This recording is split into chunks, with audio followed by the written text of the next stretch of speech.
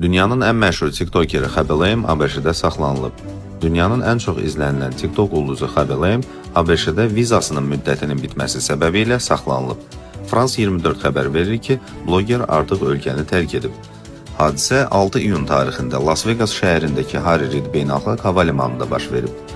ABŞ-nin Gömrük və Miqrasiya Xidməti 25 yaşlı İtaliya vətəndaşı Khaby Lame'i miqrasiya qanunvericiliyini pozduğuna görə saxlayıb.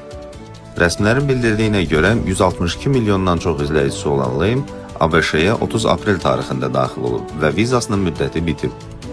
Lakin saxlanıldığı günün axşamı o azadlığa buraxılıb və dərhal ölkəni tərk edib. Hadisədən sonra Lame bu barədə heç bir açıqlama verməyib. Qeyd edək ki, Khaby Lame BMT-nin uşaq fondu, UNICEF-in xoşməramlı səfiridir və TikTok platformasında 162,2 milyon izləyici ilə birinci yerdədir.